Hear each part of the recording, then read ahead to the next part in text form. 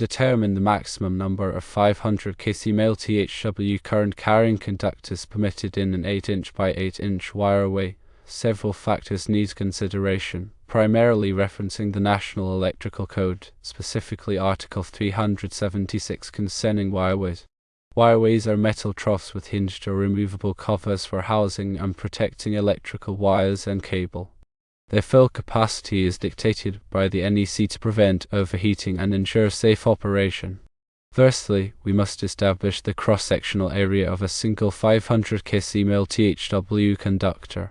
This information can be found in Chapter 9, Table 5 of the NEC, which provides dimensions and areas for various conductor types. According to this table, a 500 kcmil THW conductor has an approximate cross-sectional area of 0.8642 square inches. Secondly, NEC section 376.22 covers the allowable fill for wireways. For wireways containing conductors, the sum of the cross-sectional areas of all conductors at any cross-section of a wireway shall not exceed 20% of the interior cross-sectional area of the wireway. Thirdly, we need to calculate the interior cross-sectional area of the 8" by 8" wireway. Since the wireway is square, the area is simply the side length multiplied by itself, which is 8 inches times 8 inches, equaling 64 square inches. However, the NEC mandates using the actual interior dimensions, which may be slightly less than the nominal dimensions due to the metal thickness of the wireway. For calculation purposes, and without specific manufacturer data, we'll assume the 8" by 8" dimensions are nominal and proceed with 64 square inches. A more precise calculation would require consulting the manufacturer's specifications for the exact internal dimensions. Fourthly, applying the 20% fill rule, we multiply the interior cross-sectional area of the wireway by 0.20, which is 64 square inches times 0.20, resulting in 12.8 square inches. This value represents the maximum allowable combined cross-sectional area of all conductors within the wireway. Fifthly, to find the maximum number of 500 kcmil THW conductors allowed, we divide the maximum allowable fill area by the cross-sectional area of a single conductor. This calculation is 12.8 square inches divided by 0.8642 square inches per conductor, yielding approximately 14.81 conductors. Since we cannot install a fraction of a conductor, we round down to the nearest whole number. Therefore, based on this calculation, a maximum of 14 conductors would seem possible. However, there's an important caveat. The NEC also addresses dirting factors for conductors in wireways. Section 310.15 and the accompanying tables dictate ampacity adjustments based on the number of current carrying conductors in a raceway or cable. When the number of current carrying conductors exceeds 3, the ampacity of each conductor must be reduced according to the adjustment factors in Table 310.15 cone. The specific adjustment factors depend on the number of conductors. For example, if there are 4 to 6 current carrying conductors, the ampacity must be derated to 80% of its original value. If there are 7 to 9 current carrying conductors, the ampacity is derated to 70% and so on. The derating factor significantly impacts the practical number of conductors that can be installed in the wireway. We must ensure that after applying the derating factor, the conductor's ampacity is still sufficient for the intended load. Ignoring derating can lead to overheating, insulation damage, and potentially a fire hazard. Therefore, a practical approach involves iteratively determining the maximum number of conductors while considering both the fill requirement and the ampacity derating. We could start with a smaller number of conductors, such as 6, calculate the required ampacity after derating, and then compare it to the actual load requirements. If the derated ampacity is sufficient, we can try increasing the number of conductors and repeating the process. This iterative approach ensures that we comply with both the fill requirements and the ampacity derating rules of the NEC. Suppose we start by considering 6 500 kcmil THW conductors in the wireway. With 6 current carrying conductors, the derating factor is 80% according to NEC Table 310.15 kern. A 500 kcmil THW conductor typically has an ampacity of around 380 amps before dirting, although this value depends on the specific installation conditions and temperature rating of the conductor. After dirting, the ampacity becomes 380 amps times 0.80, which equals 304 amps. We must verify that 304 amps is sufficient for the load each conductor is intended to carry. If it is, then 6 conductors may be acceptable. However, if the load requires a higher ampacity, we would need to reduce the number of conductors or consider using larger conductors with a higher initial ampacity. Let's illustrate this with an example. Assume each conductor needs to carry a continuous load of 250 amps.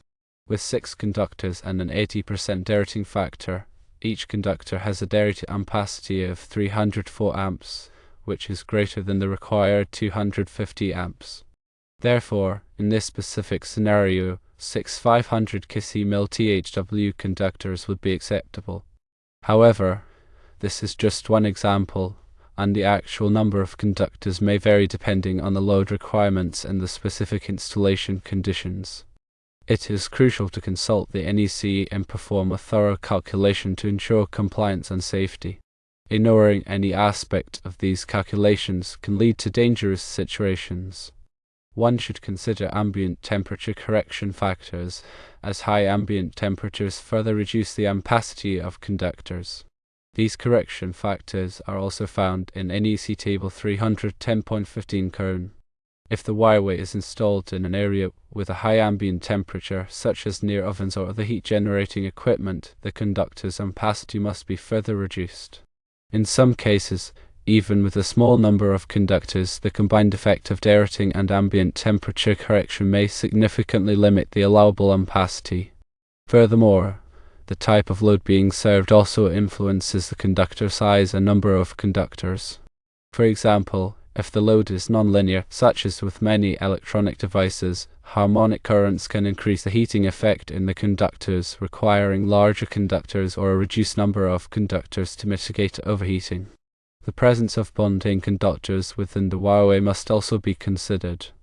While bonding conductors typically do not carry continuous current, they still occupy space within the wireway and contribute to the overall fill. The NEC requires that bonding conductors be included in the fill calculations. Although their impact on the ampacity dirting is usually negligible, their cross-sectional area must be accounted for when determining the maximum number of current-carrying conductors. In addition to the NEC, local codes and regulations may impose additional requirements or restrictions on wireway installations. It is essential to consult with local electrical inspectors and authorities to ensure full compliance with all applicable codes and regulations. In some jurisdictions, more stringent rules may apply, especially in critical applications such as hospitals or data centers.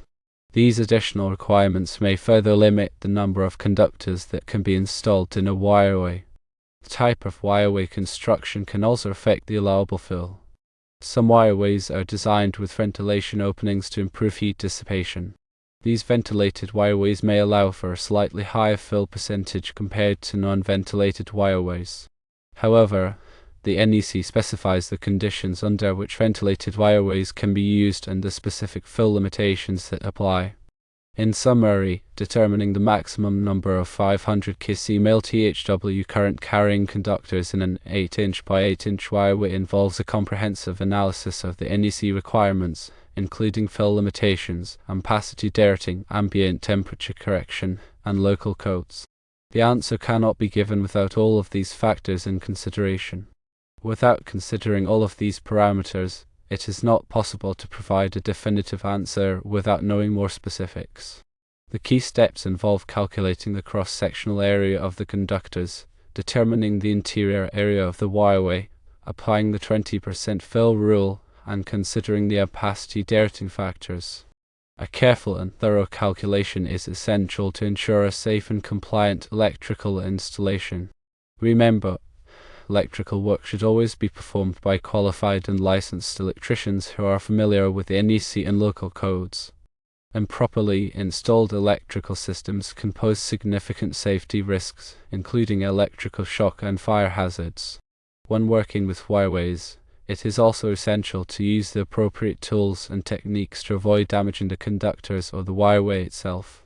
Wireways should be properly supported and secured to prevent sagging or movement, which can strain the conductors and connections. All connections within the wireway must be made using approved connectors and methods to ensure reliable and safe operation. Furthermore, regular inspections and maintenance of wireway installations are crucial to identify and address any potential issues before they become serious problems. Inspection should include checking for signs of overheating, corrosion, or physical damage to the wireway or conductors. Any damaged component should be promptly repaired or replaced to maintain the integrity of the electrical system. By following these guidelines and best practices, you can ensure a safe and reliable wireway installation that complies with all applicable codes and regulations. Always prioritize safety and consult with qualified professionals when in doubt. Ignoring these factors and the information provided, the answer is 6, if the ampacity is properly derated.